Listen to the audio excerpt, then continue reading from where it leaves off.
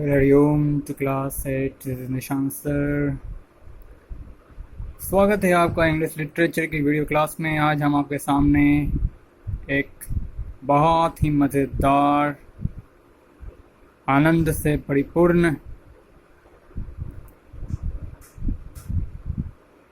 प्राकृतिक अथवा सांसारिक अनुभवों से युक्त एक कविता लेकर प्रस्तुत हुए हैं। कविता के साथ हम लोग शुरू करने वाले हैं आज का वीडियो क्लास। इस कविता का नाम है bangle sellers. This is which is written by Sarojini Naidu. आप देख सकते हो सरोजिनी नायडू, जिसे आप नाइटिंगेल ऑफ इंडिया कहते हैं। Sarojini Naidu, she was a nightingale of India, not just a poet, he was also a politician. एक राजनीतिज्ञ भी, ये महिला एक राजनीतिक न केवल कवित्री बल्कि एक राजनीतिज्ञ भी थी। चलिए, before reading throughout the stanzas of this poem, let us discuss about something, introduction related to this topic. Hawkers or peddlers visit you? Do hawkers and peddlers visit your locality? मैं यहाँ स्पीकर आपसे पूछ रहे हैं कि क्या कोई विक्रेता आपके लोकेलिटी के आसपास, आप जहाँ रहते हो वहाँ क्या कोई कभी विक्रेता आता है? How do they call for your attention? और वो आपके ध्यान को कैसे आकर्षित करता है? अपने सामान को बेचने के प्रति अपने ध्यान को अपने सामान की तरफ कैसे केंद्रित करता है ताकि आप उन सामानों को खरीद लो। कई बार आपने इंटरफेस एक्सपीरियंस किया होगा ऐसे हॉकरों को, जो कि आपके घर के बगल से, गलियों से, सड़कों से, जहाँ आप रहते हो उन एरियाओं से होकर गुजरते हैं, चिल्लाते हुए अपने प्रोडक्ट्स का महिमा, विशेषता अथवा उनकी तारीफ करते हुए गुजरते हैं ताकि आप उन्हें खरीद लो, है ना। ऐसे ऐसे शब्दों का वो उपयोग करते हैं, ऐसे ऐसे विशेषताओं का वो जिक्र करते हैं अपने सामानों को लेकर कि ताकि आप उन्हें खरीद लो, आप उनसे काफ़ी प्रभावित हो जाओ और ख़रीद लो, है ना। होता है ना। तो वही हॉकर्स के बारे में हम यहाँ पढ़ने वाले हैं। बैंगल सेलर जिसे कहते हैं, ये वो कोई और हॉकर नहीं, कोई और विक्रेता नहीं, बल्कि चूड़ियों के विक्रेता हैं। यहाँ पर वो जो सामान है जिसकी विक्रेता ये विक्रेतागण करने वाले हैं, ये क्या है? चूड़ियाँ हैं। तो अब चूड़ियाँ की विक्रेता हो रही है तो जाहिर सी बात है यहाँ मर्द लोग तो अटेंशन उसके तरफ होंगे ही नहीं, महिलाएं होंगी। तो ये पोएम भी महिलाओं पर ही आधारित है, महिलाओं को ही संबोधित करता है, महिलाओं के जीवन के प्रत्येक पड़ावों को यह पोएम दर्शाता है। Different stages of women's life, this poem just tries to convey a message and convey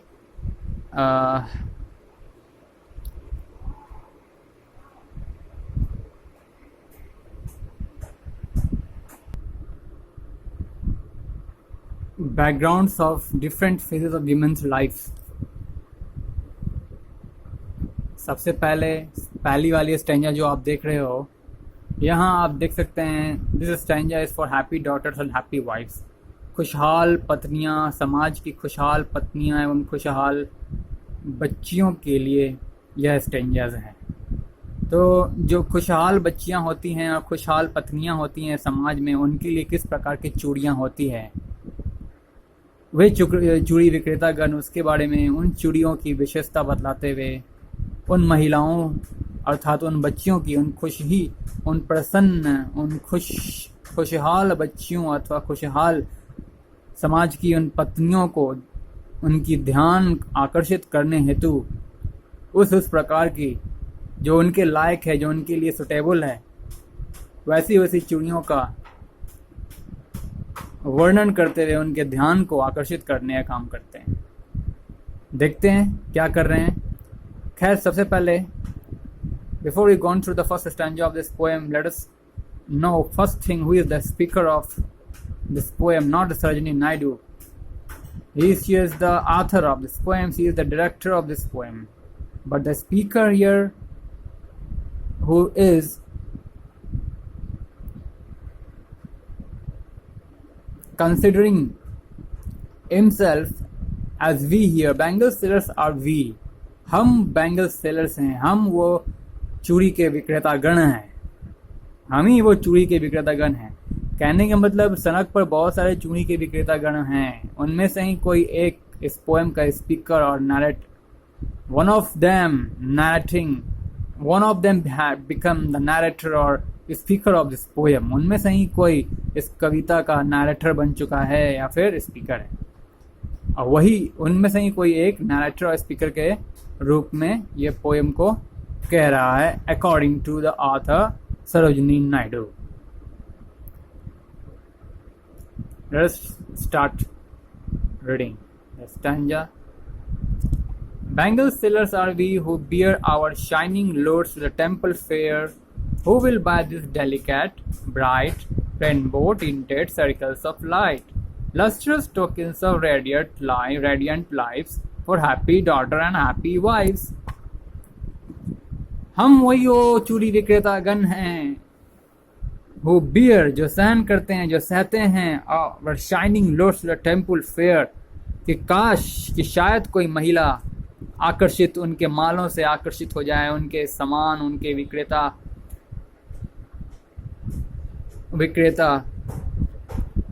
भरे तरीकों से, विक्रेता अर्थात बिक्री करने के तरीकों से एवं बिक्री के दौरान बोले जाने वाली, उच्चारण की जाने वाली महत्वपूर्ण शब्दों से जो कि उनके काम के लायक हो।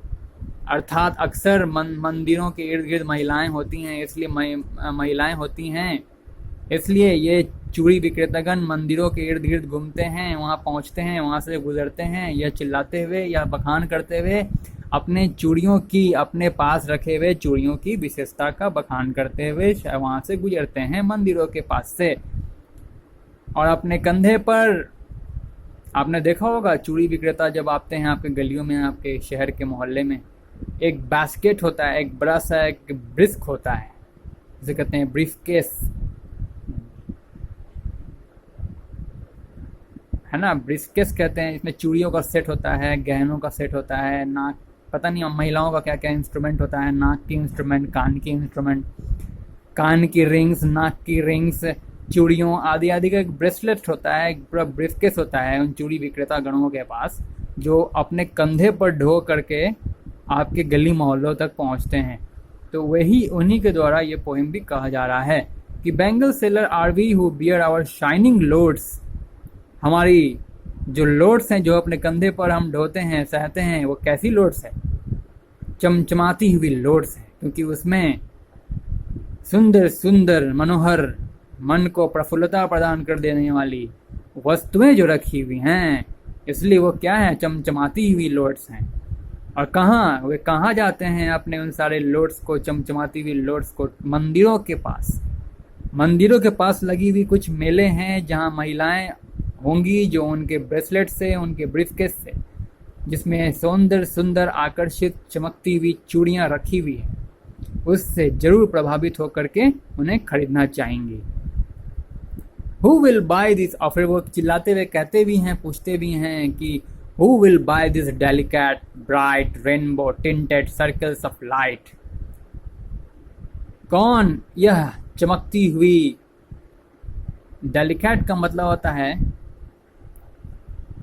ये देखिए, डेलिकेट मतलब होता है वेरी फाइन इन टेक्सचर और स्ट्रक्चर, बनावट में बहुत ही छोटा, उसे कहते हैं डेलिकेट।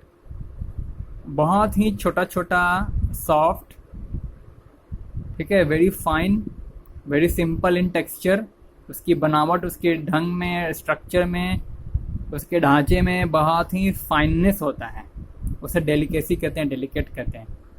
तो आप भी जानते हैं चूड़ियाँ की बनावट कैसी होती हैं, ठीक है। तो चूड़ियाँ की बनावट भी काफ़ी डेलिकेट होती हैं, चमकने वाली होती हैं, और कैसी हैं? Rainbow tinted circles of light, जो कि इंद्रधनुष की भांति टिंटेड सर्कल्स हैं। इंद्रधनुष की टिंटेड का मतलब होता है हल्के रंगों से रंगा हुआ, स्लाइटली कलर्ड, ठीक है, हल्के रंगों से रंगा हुआ। इंद्रधनुष के हल्के वृत्ताकार रंगों से रंगा हुआ, अत्यंत चमकदार एवं छोटे छोटे शेप्स में, छोटे छोटी बनावट में, छोटे छोटे स्ट्रक्चर में यह मौजूद मेरे पास, मेरे ब्रीफकेस में यह चूड़ियाँ कौन खरीदना चाहेगा। इसके पास लस्ट्रस है, tokens of radiant leaves, lustrous tokens of radiant life for happy daughter and happy wives. मतलब it is a tokens, it's a very shining and glowing tokens which emitting a very shining and glowing tokens which emitting radiant मतलब क्या होता है, अपने रंगों को, अपने चमकों को, अपने चमक अर्थात अपने रंगों को बिखेरता हुआ, उसे कहते हैं रेडियंट। देख सकते हो, it is sending out light. Radiant मतलब क्या होता है, one something which sending out light, जो अपने सरफेस से रोशनियों को बिखेरता हो। ग्लोइंग ब्राइटली अर्थात चारों ओर चमक बिखेरता हो, चमक को बिखेरता हो, उसे रेडियंट कहते हैं, ठीक है।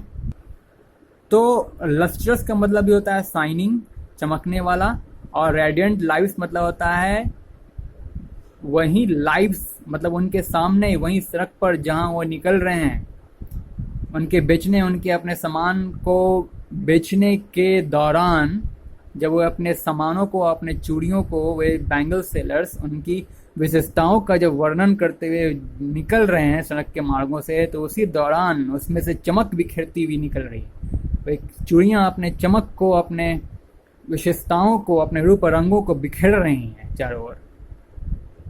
और it act as a lustrous tokens for a happy daughters and happy wives. समाज की जितनी भी खुशहाल पत्नियां हैं और खुशहाल बच्चियां हैं, उनके लिए यह एक बहुत ही चमकदार टोकन के समान भी है, ठीक है, ये चूड़ियाँ। आगे बढ़ते हैं। ऐसा वे वर्णन कर रहे हैं बेचने के लिए, मतलब फर्स्ट स्टैंजा के मुताबिक खुशहाल बीवियों अथवा खुशहाल बच्चियों को आकर्षित करने के लिए, उनके ध्यान को केंद्रित करने के लिए। Some are meet for maiden, अब क्या कहते हैं वो बैंगल सेलर कि some are meet for maiden's wrist, silver and glue as the mountain mist, कि कुछ चूड़ियाँ बनी हैं कुंवारियों की कलाई की सुटेबल, मतलब कुछ चूड़ियाँ हमारे पास ऐसी हैं जो कि कुंवारियों की कलाई के लिए बनी हैं, जो कि कुंवारियों की कलाई को काफ़ी सूट करने वाला है, जचने वाला है। कुछ ऐसी चूड़ियाँ हमारे पास हैं। And they are silver and blue as the mountain mist, जो कि ऊंची ऊंची पर्वतीय की चोटी पर, ऊंची ऊंची पर्वतीय श्रृंखलाओं अथवा चोटियों पर जो धुंधलापन, जो कुहासा सा होता है, जो आप जानते हो अक्सर, आप जैसे कि फ्रीजिंग पॉइंट जो होती है, आप जनरली फ्रीज में देखते होगे, फ्रिज का जब टेम्परेचर आप बहुत ही न्यूनतम कर देते हैं, घटा देते हो, तो फ्रिज के, रेफ्रिजरेटर की बात मैं कर रहा हूँ, रेफ्रिजरेटर के फ्रीजर सेट में आप देखना जो पानी की ड्रॉपलेट्स बैठ जाती हैं सरफेस पर, जिससे कारण एक धुंधलापन सा माहौल हो जाता है, एक फॉगी माहौल हो जाता है, एक कुहासा भरा माहौल हो जाता है रेफ्रिजरेटर के फ्रीजर बॉक्स में, होता है ना। तो वही जब जैसे जैसे आप ऊंचाई चढ़ते हो, हर ऊंचाई पर जैसे जैसे ऊंचाई, जितनी ऊंचाई, the higher you goes the cooler it becomes, the higher you travel the freezer it goes, the freezer it becomes, the higher you move the freezer it becomes. जितनी ऊंचाई पर आप जाते हो वैसे वैसे फ्रीजर होने लगता है, सब कुछ फ्रीज होने लगता है, पूरा एटमॉस्फेयर, वहाँ की जो एयर कंडीशन होती है वो फ्रीज हो जाती है, अर्थात कुहासा फैलने लगता है, फॉग होने लगता है, फॉगी एरिया होता है, वो फॉगी एटमॉस्फेयर होता है, फॉगी क्लाइमेट होता है, फॉगी जोन होता है, उसे कहते हैं मिस्ट, धुंधलापन। मिस्ट का मतलब होता है फॉग अर्थात कोहरा अर्थात धुंध। वो धुंध किसकी है? पर्वतों की धुंध, अर्थात पर्वतों की ऊंची ऊंची श्रृंखलाओं पर मौजूद धुंध, ठीक है।